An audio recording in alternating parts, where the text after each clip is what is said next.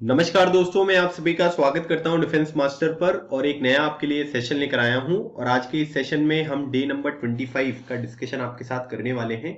और यहां पर मैं कुछ इंपॉर्टेंट क्वेश्चंस आपके साथ डिस्कस करूंगा बैकग्राउंड इन्फॉर्मेशन के साथ, जो कि आपके अपकमिंग रिटन एग्जामिनेशन के लिए काफी ज्यादा इंपॉर्टेंट होंगे। और इसमें जो एग्जामिनेशन कवर है वो आपका सीडीएस एग्जामिनेशन भी है और एनडीए एग्जामिनेशन, जो कि आपका 14 नवंबर को यहाँ पर शेड्यूल है। तो इससे पहले ऑलरेडी मैं आपको 24 सेशंस जो है वो ऑलरेडी प्रोवाइड कर चुका हूं, जिसमें मैंने करंट अफेयर के क्वेश्चन भी डिस्कस किए हैं, प्लस ज्योग्राफी के भी कुछ इंपॉर्टेंट क्वेश्चंस मैंने आपके साथ यहाँ पर कवर किया हुआ है। तो इसकी एक प्लेलिस्ट भी है जो कि आपको वीडियो के एंड में भी यहाँ पर देखने को मिल जाएगी, या फिर आप जो रिवीजन सीरीज है सीडीएस और आपके एनडीए एग्जामिनेशन के लिए, उसमें 40 प्लस यहाँ पर लेसन है। ठीक है, तो अगर आप इनको भी देख लोगे तो कई सारे इंपॉर्टेंट क्वेश्चन आपके पेपर में सॉल्व हो जाएंगे। ठीक है, तो चलिए स्टार्ट करते हैं आज का हमारा सेशन। आज का पहला क्वेश्चन देखिए दिया हुआ है, consider the following statements regarding India and Antarctica. ठीक है, तो अंटार्कटिका और भारत से रिलेटेड यहाँ पर कुछ स्टेटमेंट्स हैं और आपसे ये पूछा जा रहा है कि इनमें से कौन से स्टेटमेंट है जो कि करेक्ट नहीं है। ठीक है, ये बात ध्यान रखिएगा कि आपसे करेक्ट पूछा जा रहा है या नॉट करेक्ट। तो आप पेपर में ना अंडरलाइन कर लेना, क्योंकि आपका पेपर जो है सीडीएस और एनडीए दोनों कैसे होंगे, ऑफलाइन मोड पर होंगे। तो उसको अंडरलाइन कर लेना कि पूछा क्या जा रहा है। पहला स्टेटमेंट दिया गया है कि India was one of the original signatories of the Antarctica treaty. Maitri was the first Indian scientific research based station establish in Antarctica as part of the Indian Antarctic program. Priyadarshini is a fresh water lake build by the India near the Maitri research station. ठीक है, तो काफी important question है जो आपसे यहाँ पर ये पूछा जा रहा है। तो आपको बताना है कि इसका जो हमारा राइट आंसर यहाँ पर क्या होगा। ठीक है, तो अब देखिए सबसे पहली बात तो यहाँ पर आपको ये ध्यान रखना है कि इसमें यहाँ पर क्या है कि भाई इसमें जो ये आपको ट्रीटी के बारे में बात हो रही है। ठीक है, मतलब कि इसमें क्या है कि अंटार्कटिका ट्रीटी जो है इसके बारे में हमको बात करना है। तो याद रखिएगा अंटार्कटिका ट्रीटी जो यहाँ पर है वो यहाँ पर वॉशिंगटन में साइन हुई थी, है ना। मतलब आप ये कह सकते हैं कि जो यूएसए की राजधानी है वॉशिंगटन, ठीक है, वहां पर इसको साइन किया गया था। और इसको साइन कब किया गया था? इसको साइन किया गया था 1 दिसंबर 1959 को। ठीक है, 1 दिसंबर 1959 को अंटार्कटिका ट्रीटी जो है वो यहां पर साइन की गई थी। और इसमें करीब 12 कंट्रीज थी जिनने मिलकर ये पर्टिकुलर जो ट्रीटी है वो यहां पर साइन करी थी, है ना। और आप यहां पर ये कह सकते हैं कि ये जो अंटार्कटिका ट्रीटी है, ठीक है, आज के टाइम पीरियड पर एकमात्र एक ऐसी ट्रीटी है जो पूरे के पूरे कॉन्टिनेंट को यहां पर क्या करती है, गवर्न करती है ना। तो ये भी बात आपको ध्यान रखना है। और अगर हम इसमें बात करेंगे कि ये 12 कंट्रीज कौन कौन सी हैं, तो जैसे आप यहां पर अर्जेंटीना देखेंगे, अर्जेंटीना एक कंट्री है। ठीक है, उसके बाद ऑस्ट्रेलिया एक कंट्री है, उसके बाद बेल्जियम आपको देखने को मिलेगा। ठीक है, बेल्जियम भी एक यहाँ पर सिग्नेटरी कंट्री आपको देखने को मिलेगा। फिर उसके बाद चिली, चिली की राजधानी जो है वो सेंटियागो है। ठीक है, फ्रांस, ठीक है, फ्रांस भी बहुत ज्यादा न्यूज में है, पेरिस इसकी राजधानी है। उसके बाद जापान, ठीक है, फिर उसके बाद न्यूजीलैंड आपको देखने को मिलेगा। ठीक है, उसके बाद नॉर्वे आपको देखने को मिलेगा।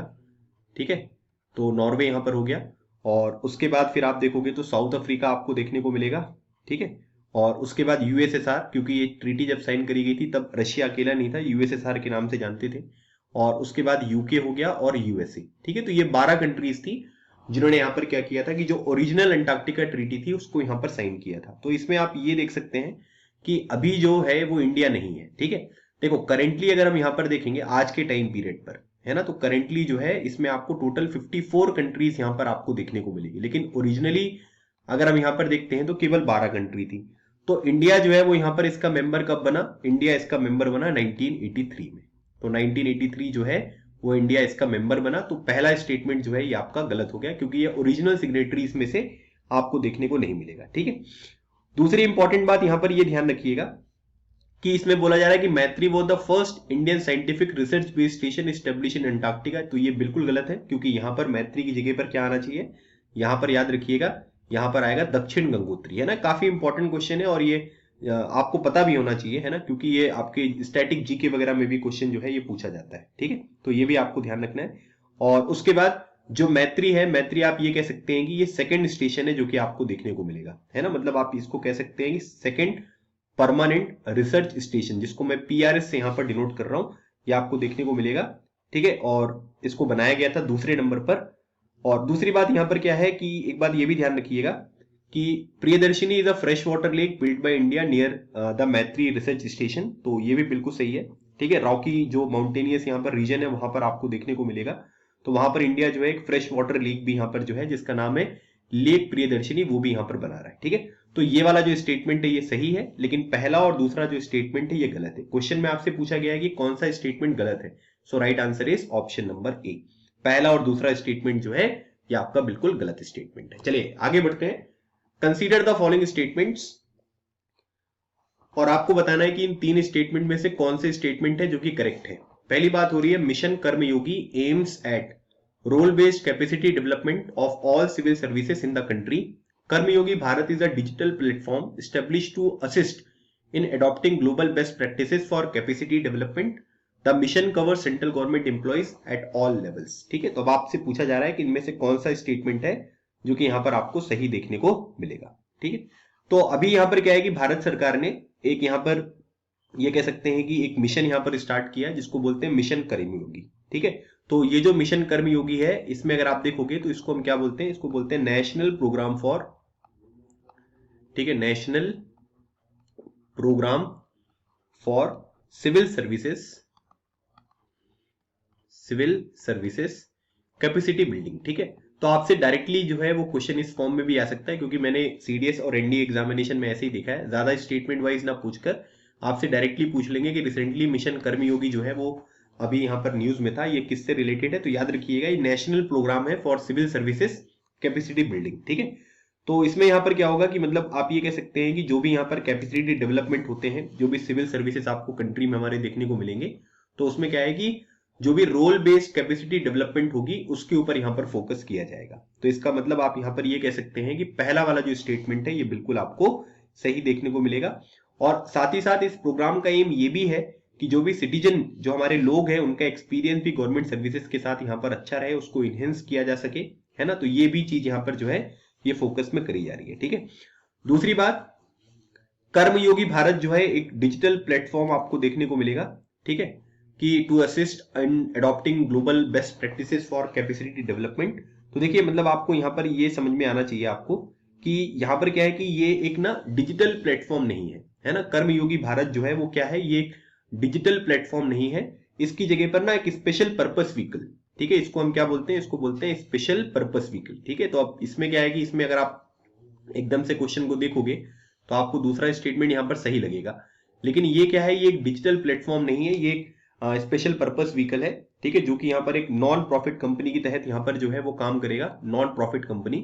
ठीक है, और वो यहाँ पर क्या करेगा, जो भी बेस्ट प्रैक्टिसेस वगैरह होती हैं उनको यहाँ पर एक्वायर की जाएंगी और उससे फिर हमारा कैपेसिटी डेवलपमेंट वगैरह जो है वो आपको देखने को मिलेगा। ठीक है, तो ये भी आपको ध्यान रखना है। और ये गवर्नमेंट ओन्ड एंटिटी यहाँ पर होगी, और जो कंपनीज एक्ट है हमारा 2013 का, उसके तहत इसको यहाँ पर रजिस्टर किया जाएगा। ठीक है, कंपनीज एक्ट 2013, और उसमें भी अगर हम बात करेंगे तो कंपनीज एक्ट 2013 के सेक्शन 8 के तहत इसको यहाँ पर रजिस्टर किया जाएगा, और सरकार का पूरा कंट्रोल इसके ऊपर देखने को मिलेगा। तो दूसरा स्टेटमेंट जो है ये आपका बिल्कुल गलत हो गया। फिर उसके बाद यहां पर बोला जा रहा है, ठीक है, तो इसमें यहां पर बोला जा रहा है कि the mission cover central government employ at all levels. ठीक है, तो यहां पर बोला जा रहा है कि एक बात यहां पर आपको यह भी ध्यान रखना है कि एक तो यहां पर क्या है कि इफेक्टिव रोल आउट करने के लिए, है ना, उसमें हमने क्या किया है कि एक स्पेशल पर्पस व्हीकल है जो यहां पर हमने स्टार्ट किया है। और साथ ही साथ यहां पर यह भी ध्यान रखिएगा, एक यहां पर क्या है कि IGOT, है ना, IGOT कर्मयोगी, ठीक है, कर्मयोगी डिजिटल प्लेटफॉर्म, है ना। तो ये डिजिटल प्लेटफॉर्म भी है जिसमें यहां पर जो भी चीजें होंगी डिलीवर वगैरह यहां पर की जाएंगी, तो डिजिटल प्लेटफॉर्म ये है। ठीक है, तो याद रखना कि स्पेशल पर्पस व्हीकल के बारे में अगर बात होगी तो उसका नाम है कर्मयोगी भारत, है ना, लेकिन डिजिटल प्लेटफॉर्म की बात होगी तो इसको बोलते हैं IGOT कर्मयोगी डिजिटल प्लेटफॉर्म। ठीक है, तो यहां पर क्या है कि इसमें करीब आप ये कह सकते हैं कि 46 लाख जो भी यहां पर सेंट्रल गवर्नमेंट एम्प्लॉइज हैं उनको यहां पर कवर किया जाएगा। ठीक है, सेंट्रल गवर्नमेंट जो एम्प्लॉइज हैं उनको यहां पर कवर करेंगे। ठीक है, सभी लेवल में, और मतलब आप ये कह सकते हैं कि करीब ये 5 साल का जो है वो यहां पर एक पूरा स्कीम होगा, जिसमें करीब आप ये कह सकते हैं कि 510 करोड़ रुपीस जो है वो स्पेंड किए जाएंगे अगले 5 साल में। ठीक है, तो ये फोकस है, मतलब कि the mission covers central government employ at all levels. तो ये स्टेटमेंट आपका सही है। आपसे पूछा जा रहा है कि इन दोनों में से मतलब कौन सा स्टेटमेंट है जो कि सही है, so right answer is option number C. चलिए आगे बढ़ते हैं। Consider the following statement with respect to the micro finance institution. ठीक है, जो MFI होते हैं जिसको बोलते हैं माइक्रो फाइनेंस इंस्टीट्यूशन, उससे रिलेटेड यहाँ पर आपको 3 स्टेटमेंट दिए गए हैं और आपको ये बताना है कि इनमें से कौन से स्टेटमेंट है जो कि यहाँ पर आपको सही देखने को मिलेंगे। ठीक है, पहला दिया जा रहा है कि it is a form of financial service which provide small loan service to the poor and low income house hold.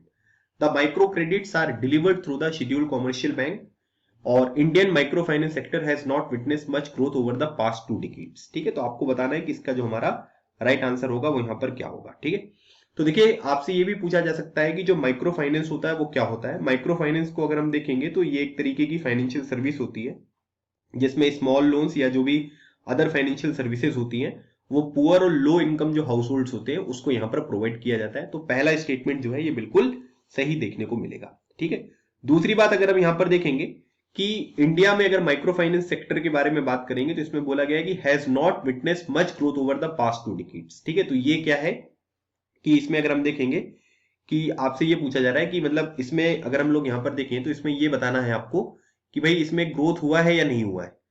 तो आज के टाइम पीरियड पर अगर हम देखेंगे तो हमारे देश में क्या है कि जो पुअर लोग हैं है ना, या लो इनकम हाउस होल्ड वगैरह हैं, तो उनके लिए भी फाइनेंस जो है वो उतना ज्यादा मुश्किल काम रहा नहीं है। क्योंकि आज के टाइम पीरियड पर अगर हम माइक्रो फाइनेंस सेक्टर में देखेंगे ना तो उसमें यहाँ पर क्या है कि ग्रोथ हुई है ना। मतलब आप यहाँ पर ये कह सकते हैं कि जो क्रेडिट यहाँ पर मिल रहा है, ठीक है, उसमें भी आपको ग्रोथ देखने को मिलेगी।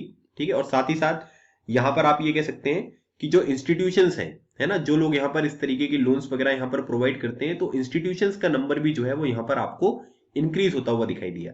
So Indian micro finance sector has not witness much growth over the past 2 decades. तो ये स्टेटमेंट गलत है क्योंकि यहाँ पर ग्रोथ आपको देखने को मिली है, मतलब पिछले 20 साल को अगर हम यहाँ पर देखेंगे तो ग्रोथ यहाँ पर देखने को मिल रही है। ठीक है, तो ये स्टेटमेंट जो है ये आपका गलत स्टेटमेंट यहाँ पर है। ठीक है, क्योंकि यहाँ पर क्या है कि ग्रोथ आपको देखने को मिल रही है।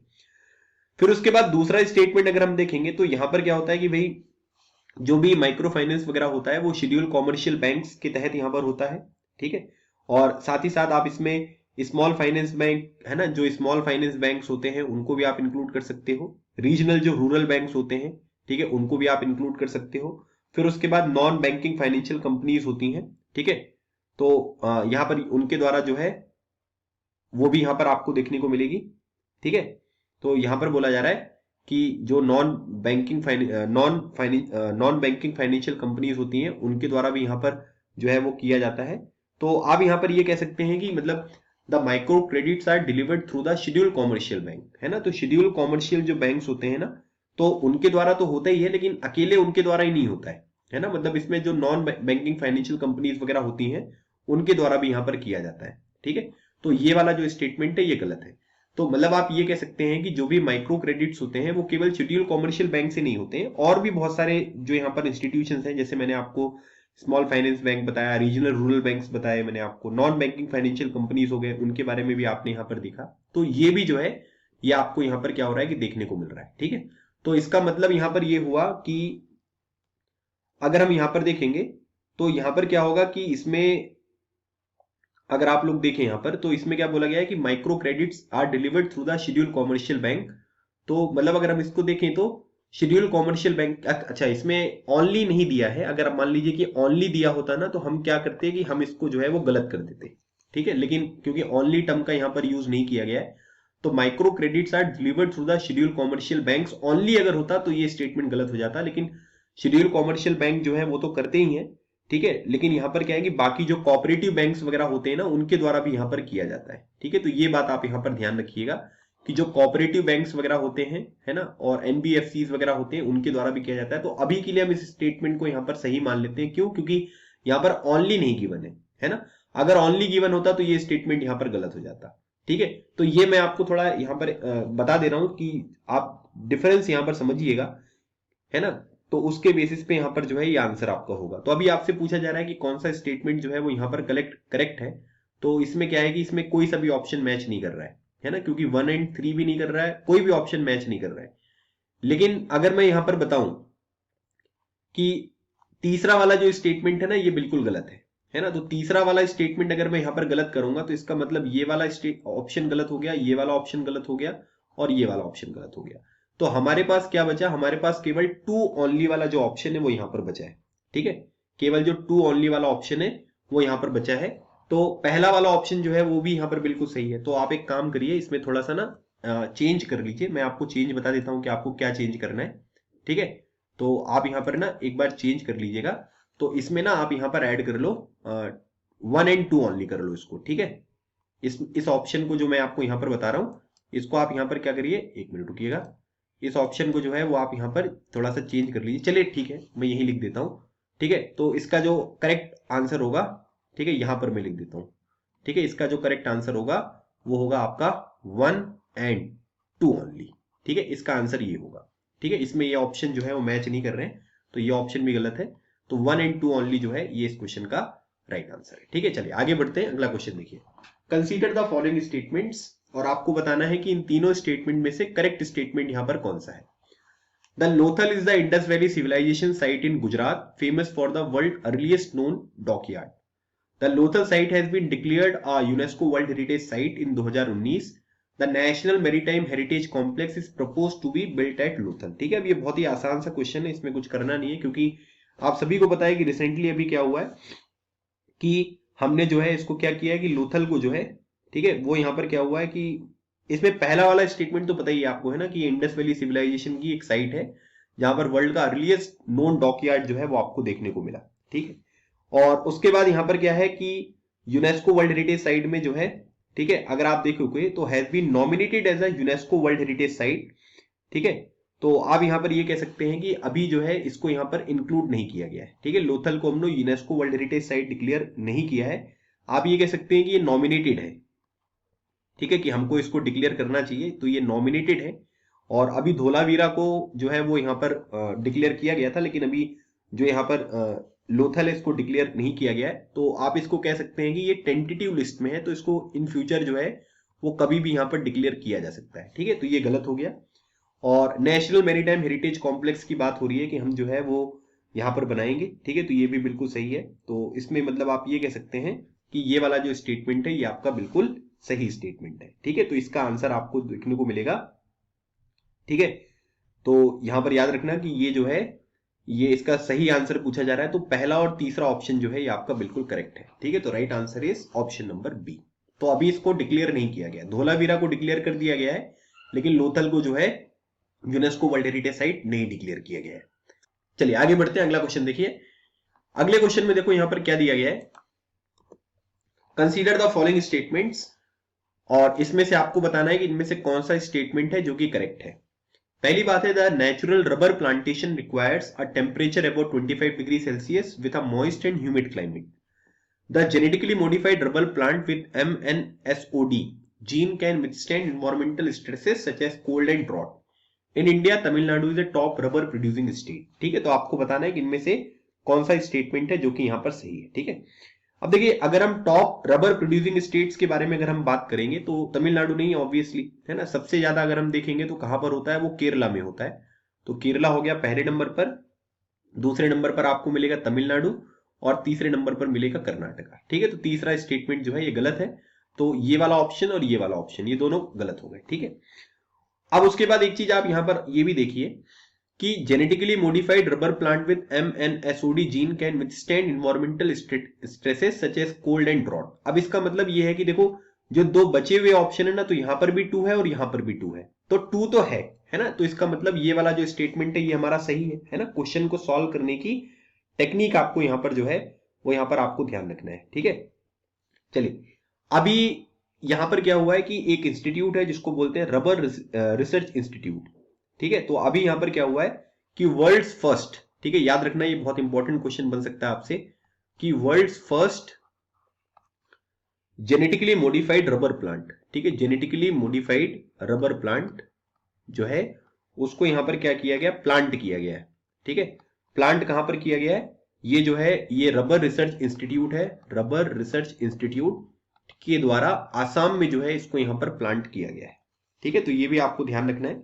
और उसके बाद यहां पर क्या है कि मतलब जो भी जेनेटिकली मॉडिफिकेशन टेक्नोलॉजी है, तो इसमें आप ये कह सकते हैं कि टेक्निक्स वगैरह का यूज करके जो भी स्पेसिफिक ट्रेड्स होते हैं, है ना, स्पीसीज के, वो इधर से उधर जो है वो हम यहाँ पर ट्रांसफर कर सकते हैं, ठीक है।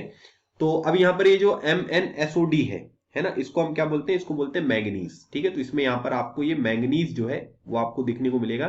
तो ये क्या है कि मतलब जो भी इन्वायरमेंटल स्ट्रेसेस वगैरह होते हैं, कोल्ड ड्रॉट वगैरह, तो उससे यहाँ पर क्या करते हैं कि उसकी रक्षा यहाँ पर कर सकते हैं। ठीक है, तो इसमें कोई दिक्कत नहीं है, तो दूसरा वाला स्टेटमेंट सही है। अच्छा, नेचुरल रबर प्लांटेशन के बारे में बात करेंगे तो ह्यूमिड क्लाइमेट, मॉइस्ट क्लाइमेट आपको देखने को मिलेगा। साथ ही साथ यहाँ पर रेनफॉल के बारे में अगर हम बात करेंगे तो ये करीब आपको ग्रेटर देन 200 सेंटीमीटर की यहाँ पर रेनफॉल होनी चाहिए। ठीक है, और इसमें आपको एलुवियल सॉइल की यहाँ पर आवश्यकता पड़ेगी, है ना, एलुवियल सॉइल, तो ये भी आपको ध्यान रखना है। और उसके बाद यहाँ पर क्या है, ठीक है, जो यहाँ पर फर्स्ट रबर प्लांटेशन था इन इंडिया, ठीक है, फर्स्ट रबर प्लांटेशन जो आपको इंडिया में देखने को मिला वो ब्रिटिशर्स के द्वारा किया गया था 1902 में, केरला वगैरह में यहां पर किया गया। ठीक है, तो पहला वाला जो स्टेटमेंट है ये बिल्कुल सही है, तो करेक्ट स्टेटमेंट पूछा जा रहा है। सो 1 and 2 ओनली जो है ये इस क्वेश्चन का हमारा बिल्कुल राइट आंसर है। ठीक है, तो right answer is 1 and 2 only. चलिए आगे बढ़ते हैं, अगला क्वेश्चन देखते हैं। अगले क्वेश्चन में आपको बताया जा रहा है कि consider the following statements regarding the Black Sea, है ना, तो ब्लैक सी से रिलेटेड स्टेटमेंट्स हैं और आपसे पूछा जा रहा है कि इनमें से कौन सा स्टेटमेंट है जो कि करेक्ट है। It is an inland water body surrounded by Turkey, Romania and Bulgaria. उसके बाद the Dardanelles Strait, Bosporus Strait and Marmara seas forms a transitional zone between the Black and Mediterranean Sea. तो अभी आपको बताना है कि इनमें से कौन सा यहां पर जो राइट आंसर है वो स्टेटमेंट यहां पर कौन से है, इसके बारे में आपसे पूछा जा रहा है। ठीक है, तो देखिए अगर हम बाउंड्रिंग कंट्रीज के बारे में यहां पर बात करेंगे कि भाई इसकी जो बॉर्डर बनाने वाली कंट्रीज है ब्लैक सी की वो कौन कौन सी है, आप इसका मैप भी देख सकते हैं। ठीक है, तो ये हो गया आपका रशिया, फिर आपको मिलेगा यूक्रेन, ठीक है, फिर मिलेगा आपको जॉर्जिया, क्योंकि ये न्यूज में है इस वजह से आपको ये चीजें पता होनी चाहिए। जॉर्जिया, फिर ये हो गया आपका टर्की, है ना, फिर उसके बाद हो गया बुल्गारिया, और उसके बाद फिर मिलेगा आपको रोमानिया। ठीक है, तो ये कुछ इंपॉर्टेंट कंट्रीज हैं, ठीक है, जो यहां पर क्या है कि ब्लैक सी के साथ अपनी बॉर्डर को यहां पर शेयर करती हैं। ठीक है, तो इसका मतलब यहां पर ये हुआ कि पहला वाला जो स्टेटमेंट है वो बिल्कुल सही है, तो ये इनलैंड वाटर बॉडी है। ठीक है, तो इनलैंड वाटर बॉडीज आपको देखने को मिलेगी। और उसके बाद यहां पर क्या है, ठीक है, ये जो ब्लैक सी आपको देखने को मिलेगा ये एक मार्जिनल सी है अटलांटिक ओशियन का। ठीक है, तो ये अटलांटिक ओशियन का यहां पर आपको पार्ट यहां पर देखने को मिलेगा, अटलांटिक ओशियन का, और ये क्या है कि ईस्टर्न यूरोप और वेस्टर्न एशिया के बीच में लोकेटेड देखने को मिलता है। ठीक है, बाकी यहां पर अगर हम देखेंगे तो ये सारे के सारे जो स्ट्रेट्स वगैरह होते हैं ये क्या करते हैं कि ये एक ट्रांजिशनल जोन है between black and Mediterranean Sea, तो ये स्टेटमेंट भी जो है आपका बिल्कुल सही है। तो करेक्ट आंसर क्या हो गया, both 1 and 2 is the right answer, option number C. चलिए आगे बढ़ते हैं। Consider the following statement regarding the enforcement directorate. ठीक है, ईडी के बारे में कुछ स्टेटमेंट्स आपको दिए गए हैं और आपसे पूछा जा रहा है कि इनमें से कौन सा स्टेटमेंट है जो कि करेक्ट नहीं है। ठीक है, अब यहां पर बोला जा रहा है it was formed under the department of revenue, ministry of finance. It function as the specialized financial investigation agency under the department of economic affairs. It enforces the foreign exchange management act 1999। तो आपको बताना है कि इनमें से कौन से statement है जो कि यहां पर करेक्ट आपको देखने को मिलेंगे। ठीक है, तो अब एक बात यहां पर आपको ये ध्यान रखना है कि डायरेक्टरेट ऑफ इन्फोर्समेंट या इन्फोर्समेंट डायरेक्टरेट जो है ये एक स्पेशलाइज्ड फाइनेंशियल इन्वेस्टिगेशन एजेंसी आपको देखने को मिलेगी, जो कि आपको department of revenue, ministry of finance के अंतर्गत देखने को मिलती है। ठीक है, तो ये गलत हो गया, क्योंकि यहां पर क्या आएगा, यहां पर अगर आप देखोगे तो ये मिलेगा आपको डिपार्टमेंट ऑफ रेवेन्यू। ठीक है, department of revenue, ministry of finance, ठीक है, इसके अंतर्गत है, क्योंकि पहला और दूसरा देखो एक दूसरे को यहां पर क्या कर रहे हैं कि गड़बड़ कर रहे हैं, है ना। तो यहां पर क्या है कि दूसरा स्टेटमेंट जो है ये आपका गलत है, और इसको अगर हम यहां पर देखेंगे कि पहले अगर आपसे ये पूछा जाए कि भाई पहले जो इसकी स्थापना हुई थी, है ना, तो वो यहां पर कब हुई थी, वो 1 मई 1956, है ना, उस टाइम पीरियड पर जो इन्फोर्समेंट यूनिट थी, है ना, 1 मई 1956 में ये किस नाम से जानी जाती थी, ये इन्फोर्समेंट यूनिट के नाम से जानी जाती थी। और इसकी जो स्थापना यहां पर हुई थी वो कौन से डिपार्टमेंट के अंदर हुई थी, वो डिपार्टमेंट ऑफ इकोनॉमिक अफेयर्स के दौरान यहां पर हुई थी। ठीक है, और उसके बाद यहां पर यह भी ध्यान रखिएगा कि इसमें इसको रिनेम यहां पर कब किया गया, है ना, ये आप ये भी ध्यान रख लीजिएगा कि इसको रिनेम यहां पर किया गया था। ठीक है, रिनेम्ड इन ईयर 1957, तब इसको इन्फोर्समेंट डायरेक्टरेट के नाम से यहां पर जाना जाने लगा। ठीक है, पहले 1956 में ये डिपार्टमेंट ऑफ इकोनॉमिक अफेयर्स के अंतर्गत इसको इस्टेब्लिश यहां पर किया गया था। दूसरी बात, एक बात ये भी ध्यान रखिएगा, फॉरेन एक्सचेंज रेगुलेशन एक्ट जो है, ठीक है, एक बात यहां पर ये भी ध्यान रखिएगा कि इसमें जो सबसे इंपॉर्टेंट बात यहां पर बताई जा रही है कि इसमें एक बात आपको ये देखना है कि बोला जा रहा है कि it was formed under the department of revenue ministry of finance, ठीक है, तो इसको यहां पर क्या किया गया था, formed under the department of revenue ministry of finance, तो ये गलत है, ठीक है, क्योंकि किसके अंदर हमने उसको फॉर्म किया था, इसका फाउंडेशन जो है वो 1956 में हुआ था, डिपार्टमेंट ऑफ इकोनॉमिक अफेयर्स, बाद में इसको क्या कर दिया, इसका नाम चेंज कर दिया गया और इसको दूसरे डिपार्टमेंट में हमने यहां पर भेज दिया, ठीक है, तो ये बात आपको यहां पर ध्यान रखना है। और दूसरी इंपॉर्टेंट बात यहां पर एक बात ये भी ध्यान रखनी है आपको कि it enforces the foreign exchange management act, FEMA act हो गया 1999 का, ठीक है, इसके तहत यहां पर जो है ये बिल्कुल काम करता है। और साथ ही साथ ये भी ध्यान रखिएगा, इसमें ना एक PMLA एक्ट भी है, ठीक है, PMLA, और ये कब का है, ये 2002 का है, मतलब prevention of money laundering act है ना, तो इसके ऊपर ये काम करेगा। तो शुरू के दो स्टेटमेंट जो है वो आपके गलत हैं और तीसरा जो है वो सही है, तो करेक्ट नॉट करेक्ट पूछा जा रहा है, सो 1 and 2 नॉट करेक्ट है, so right answer is option number A. चलिए, consider the following statements, Anurag Sagar Bijak and Sakhi Granth were written by the Sant Kabirdas, the major part of the Sant Kabirdas work was collected by the Guru Arjun देव। तो अब आपसे बताना है कि इनमें से कौन सा स्टेटमेंट है जो कि यहां पर आपको करेक्ट देखने को मिलेगा, ठीक है। देखिए, अगर हम बात करेंगे तो संत कबीरदास जी जो हैं, ठीक है, इनका जन्म कहां पर हुआ था, इनका जन्म हुआ था वाराणसी में, ठीक है, जहां से Modi ji member of parliament है, तो वाराणसी यूपी में जो है इनका जन्म यहां पर हुआ था। और आप ये कह सकते हैं कि सोशल रिफॉर्मर सेंट थे, है ना, और भक्ति मूवमेंट में जो है इनका काफी ज्यादा योगदान था, ठीक है, भक्ति मूवमेंट में इन्होंने काफी ज्यादा जो है वो अपना योगदान यहां पर दिया था। दूसरी बात यहां पर यह भी ध्यान रखिएगा कि जैसे अगर हम इसके बारे में यहां पर देखेंगे तो यहां पर क्या है कि जैसे अर्ली लाइफ जो थी इनकी एक मुस्लिम फैमिली में यहां पर जीती थी, लेकिन इनके ऊपर इनके टीचर वगैरह जो हैं जैसे श्री रामानंदा जी जो हैं, ठीक है, तो उनका काफी ज्यादा जो है वो इन्फ्लुएंस यहाँ पर रहा, तो उन्होंने अपनी टीचिंग जो है उसी के अनुसार यहाँ पर आगे बढ़ाई। और उसके बाद इन्होंने काफी सारी चीजें लिखी, ठीक है, जैसे कबीर ग्रंथावली, अनुराग सागर बीजक, सखी ग्रंथ वगैरह, ये सब इनके द्वारा ही लिखे गए यहाँ पर आपको लिटरेचर देखने को मिलेंगे, ठीक है, तो ये भी आपको ध्यान रखना है। और उसके बाद यहाँ पर ना इनके द्वारा लिखे गए जो भी यहाँ पर वर्सेस वगैरह हैं वो आपको गुरु ग्रंथ साहिब में भी देखने को मिलेंगे। और मतलब यहाँ पर क्या है कि गुरु अर्जुन देव जी जो है ये 5th सिख गुरु थे, है ना, तो इन्होंने इनकी भी यहाँ पर कुछ वर्सेस वगैरह जो है उनको यहाँ पर गुरु ग्रंथ साहिब में यहाँ पर इंक्लूड किया है। और कबीर के दोहे भी आप सभी लोगों ने यहाँ पर सुनेंगे, है ना, तो वो उसी के द्वारा जो है वो यहाँ पर लिखे गए हैं, तो कबीर जी की अमृतवाणी जो है वो उसी से रिलेटेड है, ठीक है। तो यहाँ पर याद रखिएगा कि दूसरा वाला जो स्टेटमेंट है ये भी आपका बिल्कुल सही है, तो दोनों स्टेटमेंट जो है ये बिल्कुल करेक्ट है, ऑप्शन नंबर सी इस क्वेश्चन का राइट आंसर है। चलिए आगे बढ़ते हैं। कंसीडर द फॉलोइंग स्टेटमेंट्स, दो स्टेटमेंट दिए गए हैं और आपसे पूछा जा रहा है कि इनमें से कौन सा स्टेटमेंट है जो कि यहां पर करेक्ट है। पहला बोला जा रहा है कि the tax inspector without borders is an initiative of the world bank, the TIWB initiative focuses in the areas of international taxation and transfer pricing, ठीक है, तो आपको बताना है कि इसका जो हमारा राइट आंसर होगा वो यहां पर क्या होगा। देखिए, अब ये बहुत सारा इंपॉर्टेंट क्वेश्चन है क्योंकि इसमें कई बार ना इंडिया की मदद करने के लिए दूसरी कंट्रीज को यहाँ पर बोला जाता है कि भाई आप थोड़ा सा उस पर्टिकुलर कंट्री का टैक्सेशन सिस्टम वगैरह जो ट्रांसफर प्राइसिंग वगैरह होता है उसको आप थोड़ा सा यहाँ पर इंप्रूव करिए, ठीक है। तो यहाँ पर क्या है कि मतलब एक पर्टिकुलर टाइम पीरियड के लिए जैसे 2 साल के लिए यहाँ पर इंडियन जो भी यहाँ पर टैक्स वर्कर्स होते हैं, ठीक है, जो उस फील्ड में काम करते हैं वो दूसरी कंट्री की यहाँ पर मदद करते हैं, ठीक है। तो ये वर्ल्ड बैंक का इनिशिएटिव नहीं है, इसमें United Nation Development Programme UNDP और Organisation of Economic Cooperation and Development, ठीक है, इन्होंने जो है इसको यहाँ पर मिलकर स्टार्ट किया है और अभी भूटान वगैरह में जो है वो इंडिया यहाँ पर मदद करने वाला है, ठीक है। तो पहला स्टेटमेंट गलत है, दूसरा स्टेटमेंट जो है वो बिल्कुल सही है। एरिया ऑफ इंटरनेशनल टैक्सेशन और ट्रांसफर प्राइसिंग के ऊपर ये फोकस किया जाएगा ताकि उस कंट्री का यहाँ पर टैक्सेशन जो सिस्टम है उसको थोड़ा सा इंप्रूव किया जा सके। तो करेक्ट कौन सा है, ऑप्शन नंबर बी, 2 ओनली जो है ये हमारा इस क्वेश्चन का राइट आंसर है। काफी इंपॉर्टेंट क्वेश्चन है ये, है ना, ये पता होना चाहिए आपको। चलिए आज का हमारा आखिरी क्वेश्चन देखते हैं। दिया हुआ है कि with reference to the International Renewable Energy Agency consider the following statements.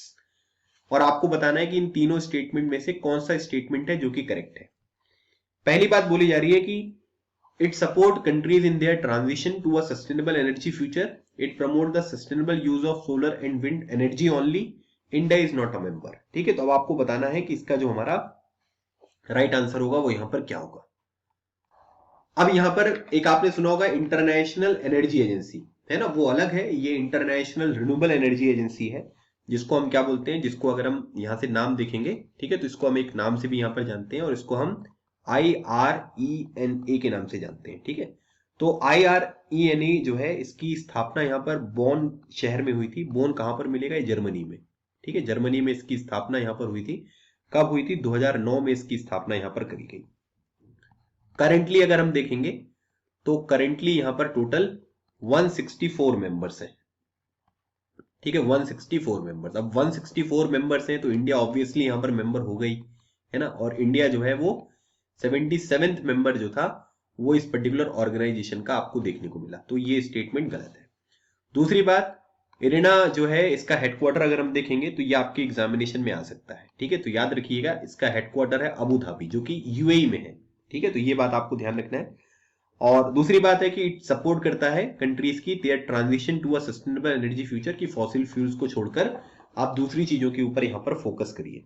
ठीक है, और एक बात यहां पर ये ध्यान रखिएगा कि इसमें बोला गया है कि ये केवल सोलर और विंड एनर्जी को यहां पर प्रमोट करता है, तो ये गलत है, क्योंकि ये सभी तरीके की, चाहे वो आपकी सोलर हो, चाहे वो आपकी विंड हो, चाहे वो आपका बायो एनर्जी हो, ठीक है, चाहे वो आपका जियो थर्मल हो, मतलब कि जितने भी अलग अलग तरीके की रिन्यूएबल एनर्जी यहां पर हो सकती है, ठीक है, तो उन सभी को यहां पर ये सपोर्ट करता है।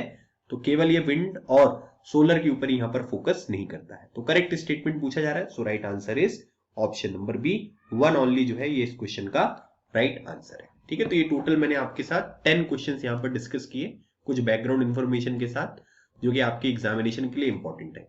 आप हमारा डेली न्यूज एनालिसिस का कोर्स यहाँ पर इनरोल कर सकते हैं। ठीक है, तो नवंबर का भी सेशन जो है वो यहाँ पर स्टार्ट होने वाला है, और इसकी जो प्राइस है वो 249 रुपीज मंथली है, जिसमें मैं जो भी इंपॉर्टेंट न्यूज होती है वो डिस्कस करता हूँ, साथ ही साथ क्वेश्चन भी हम प्रैक्टिस करते हैं। जैसे आप ये क्वेश्चन यहाँ पर देख रहे हैं, ऐसे ही रोज 5 क्वेश्चन हम इसमें भी यहाँ पर डिस्कस करते हैं। ठीक है, बाकी हमारा जो नया एसएसबी का बैच है वो यहाँ पर 15 नवंबर से स्टार्ट होने वाला है, सिल्वर कोर्स और गोल्ड कोर्स। ठीक है, तो इसके बारे में भी आप जानकारी इकट्ठा कर सकते हैं। आपको जो है बस लास्ट में जो वीडियो खत्म होगा हमारा, वहां पर इसका वीडियो भी मिल जाएगा। बाकी लेटेस्ट वीडियो अपलोड किया है तो आप उसको भी यहाँ पर देख सकते हैं। ठीक है, तो इसमें अगर आप इनरोल करना चाहते हैं तो ये मेरा कॉन्टेक्ट नंबर है, आप इस पर कॉन्टेक्ट कर लीजिएगा। जो भी डिटेल चाहिए होगी मैं आपको प्रोवाइड कर दूंगा। बाकी मैंने ऑलरेडी एक वीडियो उसके ऊपर बनाया हुआ है, डिफेंस मास्टर को ऐप जो है उसको भी डाउनलोड करके आप इन चीजों को यहाँ पर कवर कर सकते हैं। ठीक है, तो ये था आज का हमारा सेशन। आई होप आपको ये सेशन अच्छा लगा होगा। मिलते हैं हमारे नेक्स्ट सेशन में, तब तक keep smiling and keep preparing. लगे रहो, एग्जाम क्लियर करो। थैंक यू सो मच, जय हिंद।